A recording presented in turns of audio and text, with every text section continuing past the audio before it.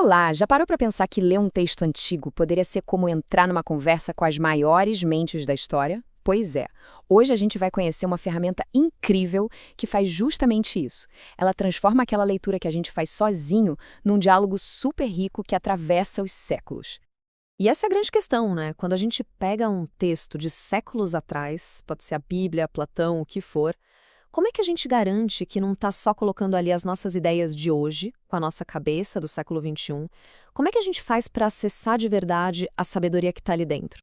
Então, o nosso caminho hoje vai ser o seguinte: a gente começa entendendo o tamanho do desafio que é interpretar um texto. Depois, vamos conhecer uma solução medieval fantástica para isso, ver essa solução funcionando na prática e, por fim, pensar em como esse modelo antigo pode ser super relevante para a gente hoje. Vamos lá!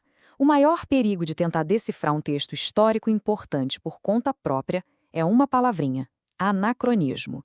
Sabe, é quando a gente julga o passado com os olhos do presente. Isso pode levar a gente para conclusões totalmente erradas, ou, na melhor das hipóteses, a gente fica só no raso, perdendo toda a profundidade, todas as camadas de significado que o texto tem. Então, a solução não é se trancar e tentar ser um gênio isolado. Pelo contrário, é entrar num verdadeiro diálogo com a história. É como se a gente se sentasse para ouvir as vozes de quem já estudou, já meditou, já viveu aquele texto muito antes da gente. A tradição aqui não é um peso morto, sabe? É uma conversa que está rolando há séculos. E olha, essa ideia de uma conversa através do tempo, isso não é nada novo, não. Na verdade, lá na Idade Média, eles criaram uma solução simplesmente genial para esse problema. Uma obra chamada Catena Áurea. Catena áurea. Em latim, isso significa corrente de ouro. E é exatamente isso que ela é. Uma corrente de ouro de pura sabedoria. O trabalho de São Tomás de Aquino aqui foi monumental. Ele não escreveu do zero. O que ele fez foi pesquisar e, literalmente, encadear, versículo por versículo, as sacadas dos maiores pensadores dos primeiros séculos da Igreja. O resultado é um fluxo de pensamento único, super coeso.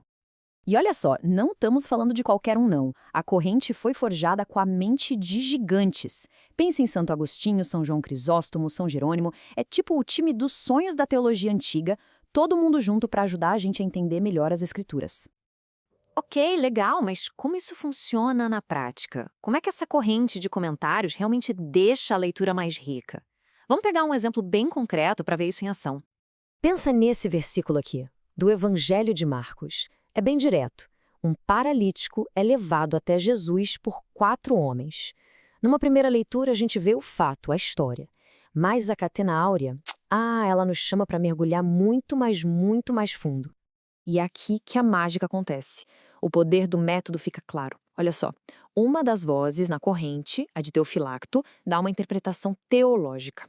Para ele, os 4 homens são os 4 evangelistas, e os evangelhos deles é que levam a alma até Cristo. Já outra voz, a de São Beda, traz uma leitura moral. Para ele, os 4 homens são as 4 virtudes: prudência, fortaleza, temperança e justiça, que guiam a gente para a salvação. Deu para sacar a genialidade disso? Uma interpretação não cancela a outra. Elas se somam, se complementam. O texto ganha uma profundidade absurda. A história deixa de ser só sobre um evento físico e passa a ser também sobre a jornada da alma, sobre a vida moral. É isso que a corrente de ouro nos ensina, a ler em várias camadas. Mas essa harmonia toda, essa soma de interpretações, não acontece por acaso, não. Tem um princípio muito mais profundo por trás. Então, o que está rolando aqui, além de só juntar um monte de citação? O método da catena áurea parte da ideia de que a escritura e a tradição são, na verdade, uma coisa só. Formam um único depósito da fé. A tradição, com todos os escritos dos grandes pensadores da Igreja, não é uma fonte separada. Pensa nela como um rio que nasce na fonte, que é a Escritura, e vai irrigando, vai tornando essa fonte compreensível para cada nova geração. E o resultado disso tudo não é uma bagunça de opiniões, cada um falando uma coisa. É justamente o que esta citação chama de sinfonia da fé. É lindo, né? Cada voz tem seu próprio timbre, sua própria característica, mas todas contribuem para uma harmonia muito maior, que revela a riqueza e a unidade da verdade. Tá, mas vamos ser práticos.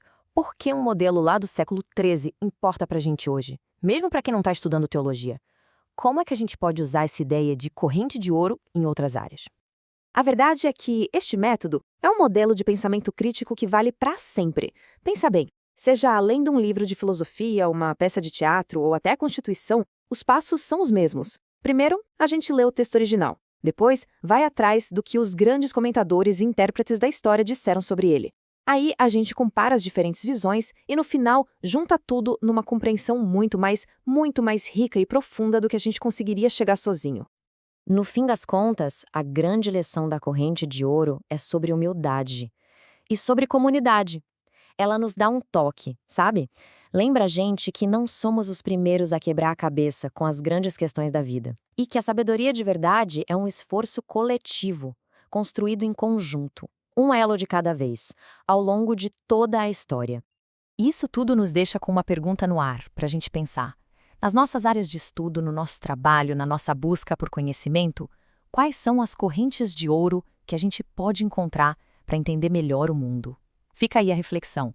A busca por essas correntes com certeza continua.